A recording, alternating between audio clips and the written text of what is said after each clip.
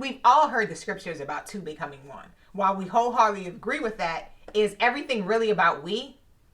But before we get into all that, let me welcome you back to my channel. My name is Ayanna, and this is Beyond Committed, where we talk about everything from life, faith, family, marriage, motherhood, and everything in between, and we take them beyond. If this is your first time here, welcome, and I'm so glad you stopped by.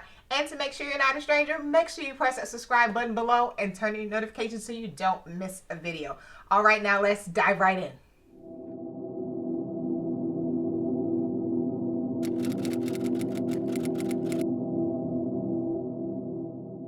To us, there's just a beauty and a strength to having a couple that's united. I mean, united on goals and united on vision. I know that's something that's very important to us. We often dream together. We set goals together. We also create vision boards together. And in a previous video, we talked about making a family vision board, something that we can actually see and things that we can work together towards as a family. We also have a marriage vision board, and we have individual vision boards, because as much as we are supposed to be united, as much as we are two becoming one, it's important that we also maintain our individuality. And there are three reasons that we believe that, yes, you are supposed to be united, but everything isn't about we. Two becoming one does not mean that the two disappear. And this is something that I had to learn, because once we got on the same page about, okay, having a God-centered marriage and what that's supposed to look like, and then started to see the plans and purposes that God has for us within our marriage, we're like, okay, we got this, we can do this.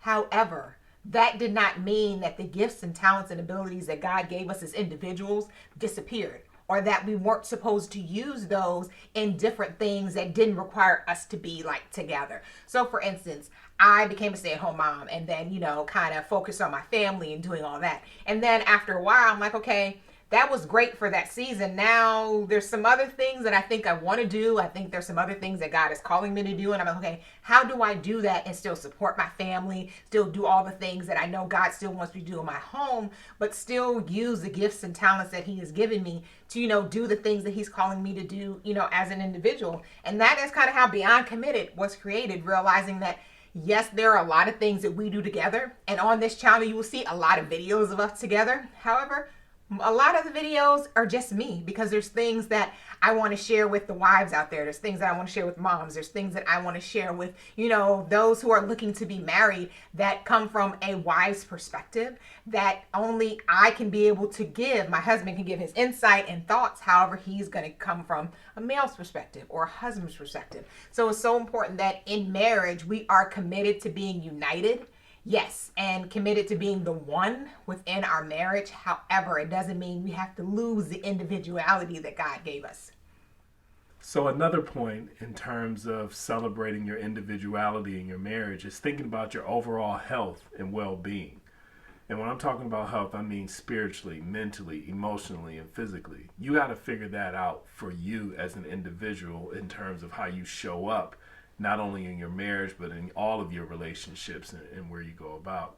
And so for example, like one of the things I like to do in terms of my physical health is to go running. The pandemic has kind of invigorated me to spend more time running and doing that.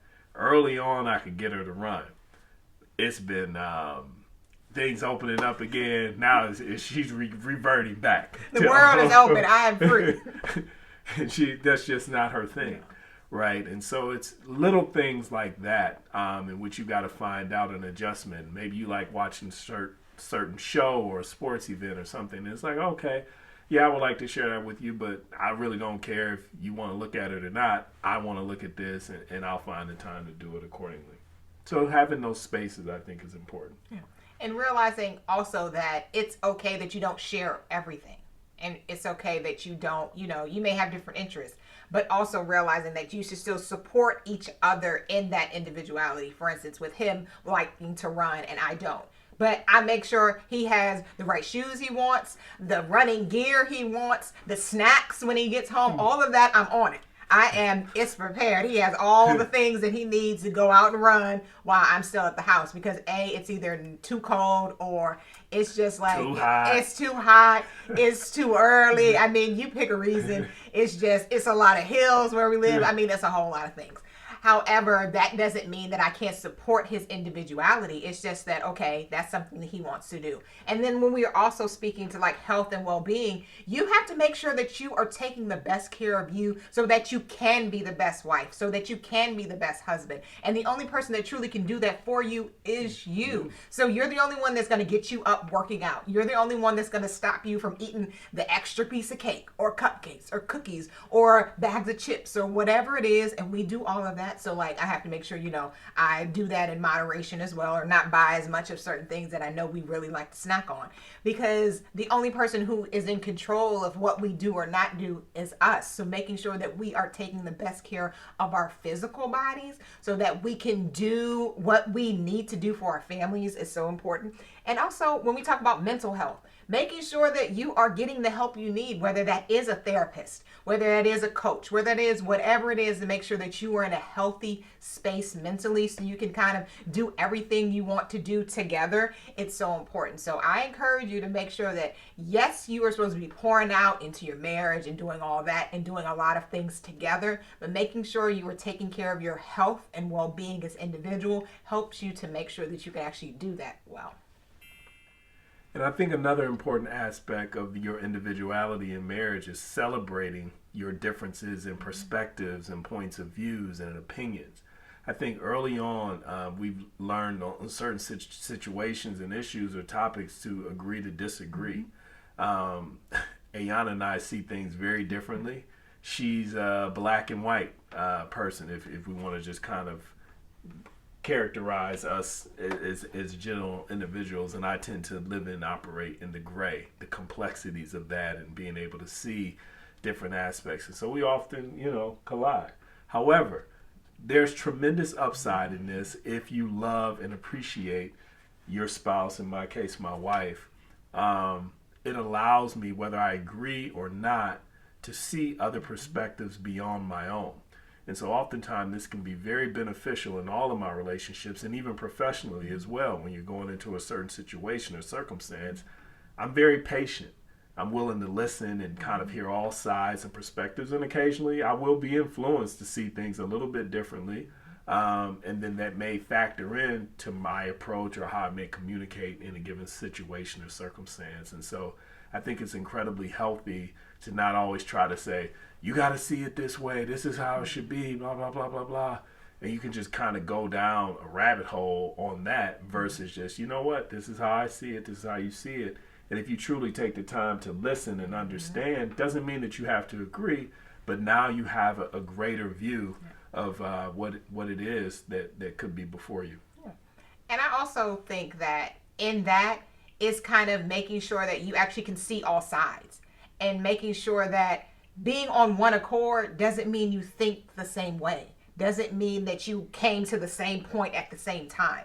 And that's one thing that has been important for us to just remember in our marriage, realizing that sometimes that means the other person needs to give some, like, okay, if we have to make a decision, then we are not seeing eye to eye, but there's a decision that has to be made. Sometimes you can delay and be like, okay, yes, we're going to agree to disagree and just kind of table this. And there are times when you can do that and we can come back to it. But there's other times when, no, we have to make a decision for our family, for, our marriage, for a business situation, for our finances, whatever. So we come to a point to where, okay, what is the best thing for us to do right now? And the other person kind of has to concede, so to speak. Does that mean that their thoughts aren't valid or listened to or taken into account? No. But when we are united in our marriage, we agree that, okay, this is the best decision for us in our marriage, even though we both may not see it the same exact way. And it's something that is really healthy. It's something that really helps you to kind of navigate different things in life and be able to see things from different sides and realize that, yes, you want to be united in everything, but that doesn't mean that everything you have to agree upon or see things the same exact way.